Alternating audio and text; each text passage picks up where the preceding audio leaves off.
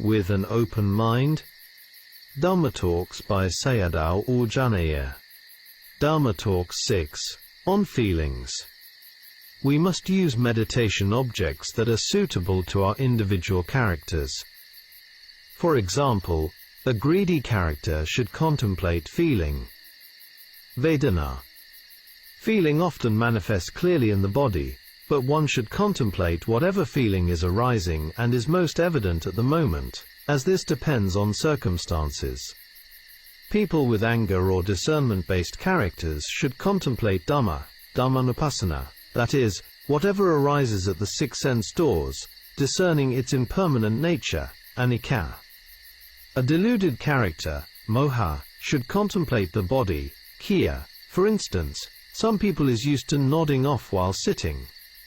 I once met a Western monk who was used to nodding off often while sitting. Before ordination, he had been addicted to drugs.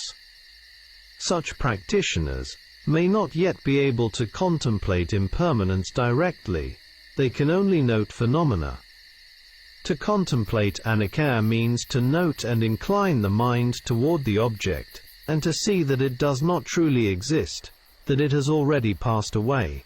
Paying close attention to the object through noting is, in itself, contemplation of impermanence. Even Buddhas and Arahants do not know phenomena automatically. They know through by paying attention. New yogis often only note and do not yet observe deeply. Experienced yogis, however, both note and observe. Each yogi encounters painful feeling differently. Some experience it early in practice, others later. One should not become discouraged. When the spirit is low, samadhi weakens. For example, pain may arise in the morning but not in the evening, or disappear as time passes. Yogis may miss noting when pleasant feeling arises, yet become disheartened when pain appears. Do not miss any arising phenomenon. All phenomena, pleasant or unpleasant, are momentary, unstable, and constantly changing. One should not contemplate pain with the desire to overcome it if the mind is dominated by lobha craving. Another wrong approach is to fight or battle pain forcefully, which is rooted in anger. Both of these approaches must be abandoned. How to contemplate feeling. How should feeling be contemplated? One must contemplate in order to know its nature. This is the nature of feeling. It is not a person, not a being. A yogi once asked me about a statement found in a Dhamma book. If one contemplates pain merely as painful, by noting, and dies with that perception of mind, may fall into painful states of existence, apaya bhumi. So how, then, should feeling be contemplated?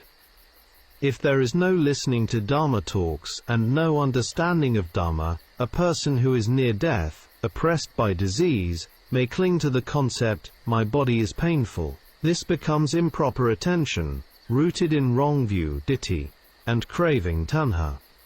At that time, the person experiences bodily and mental pain, and, if dying in such a state, may fall into the lower realms, apaya.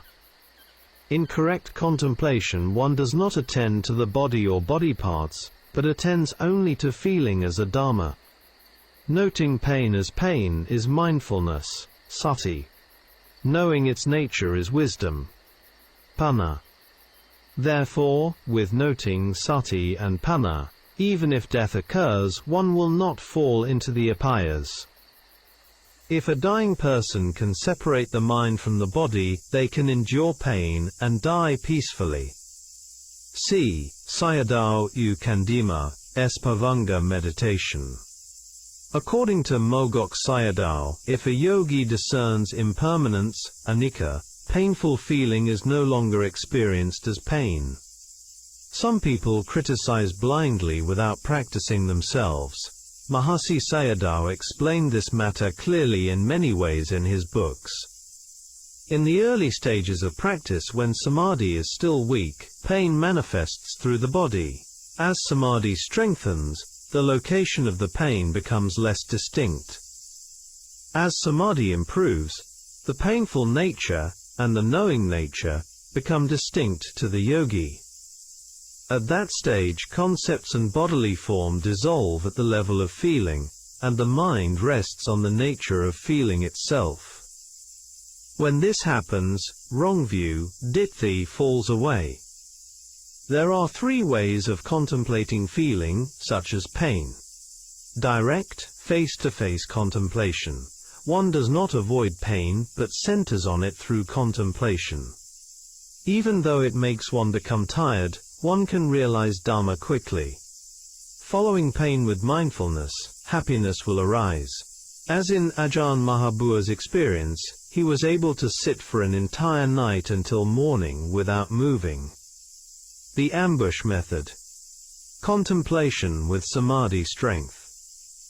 Note: the above three ways of contemplation are taught by Mahasi meditation teachers. Contemplating pain, endurance, strategy, and skill. Certain Burmese monks practice direct, face-to-face contemplation of pain until it is overcome. For example, Sun Lun Sayadaw, Payin Gu Sayadaw, and Sayadaw U Kandima, who taught diamond meditation and Bhavanga meditation. At times the situation can become unbearable. In such moments, one should contemplate with patience and endurance, reflecting on the great sufferings and pains of hell realms. Some yogis, when oppressed by painful feelings, shift their attention and think of pleasant experiences they had in the past. When this happens, craving tanha enters the mind. If insight knowledge develops, the oppressive, unstable and uncontrollable nature of the aggregates khandha becomes clear. Even though pain is present, it can be borne. The mind becomes happy through tasting the Dhamma, and suffering is no longer dominant. If one changes posture merely because the pain is unbearable, one should not give up the practice entirely. The ambush method is used when the enemy pain has strength that cannot be faced directly. In this case, one should temporarily stop direct contemplation of pain, and instead return to another object, such as touching and knowing, e.g. sitting and knowing the touch points, which is one of the basic objects in the Mahasi system. Another basic object is the rising and falling of the abdomen. The yogi should note these objects quickly and with intensity, while still knowing that pain is present, but without directing attention straight at it. This reduces the intensity of pain. When touching and knowing are continuous, the noting mind overwhelms the pain. After that, one can return to pain again for contemplation. Here I refer readers to Sayadaw U Kandima's instructions on Anapanna Samadhi, which are similar to the method described above.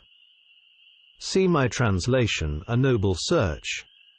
One should not speculate about the level of insight one has attained. Perhaps one can conquer suffering. If not, it may still transform into a sense of joy. For everything that has a beginning must also have an end. Pleasant feeling, equanimity, and progress in insight.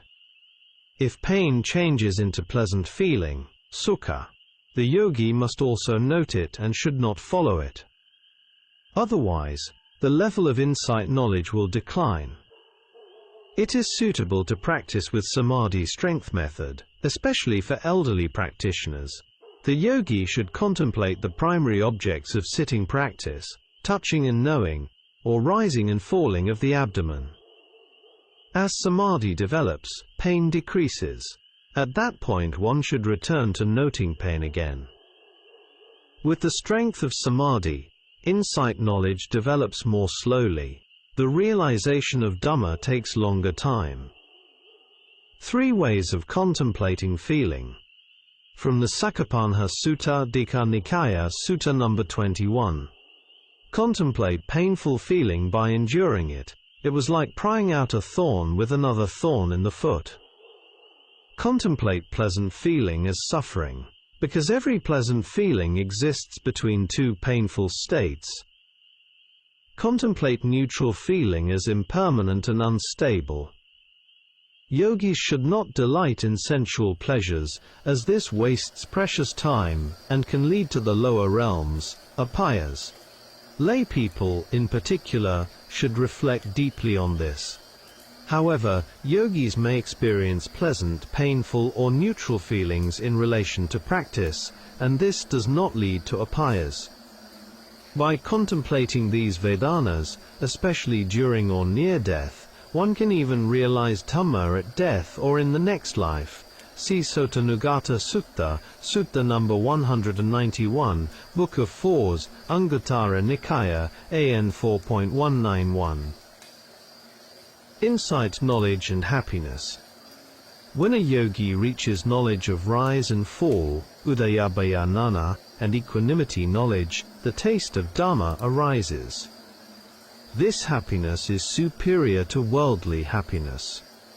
If rapture or happiness arises, it must be noted, because these states do not last. Without noting, Dhamma cannot develop. At the higher stages of insight, one must apply continuous effort to overcome the 10 corruptions of insight. These signs indicate that a practitioner may become a noble one, Arya, in this life, at least a stream enterer. Do not assume that only happiness indicates progress in Dhamma. The arising of painful feeling does not mean lack of progress. In some cases, pain increases as insight deepens. This can be seen clearly in Yu Sun Luin's experience, described in 18 Days in Solitude. Elevating the faculties and contemplating feeling. At this stage, yogis must strengthen the faculties, indriya, especially faith, mindfulness, and effort.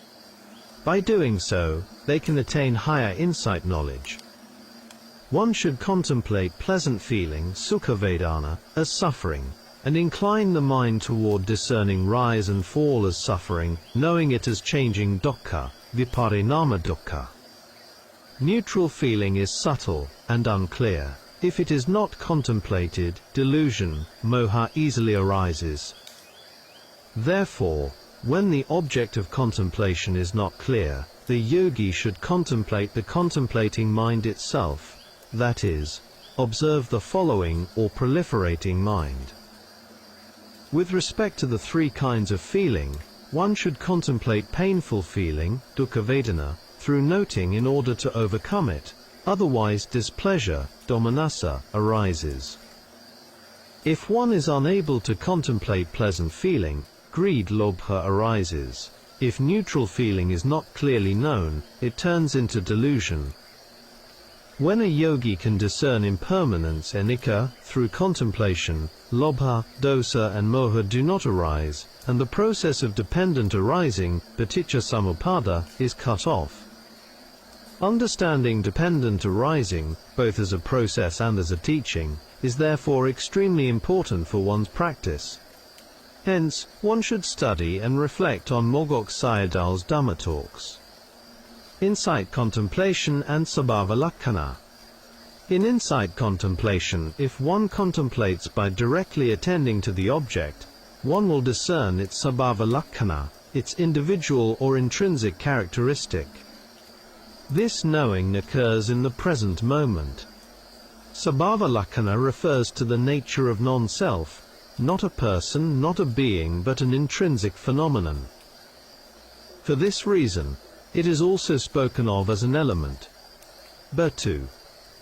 This is knowing the paramatha, ultimate nature.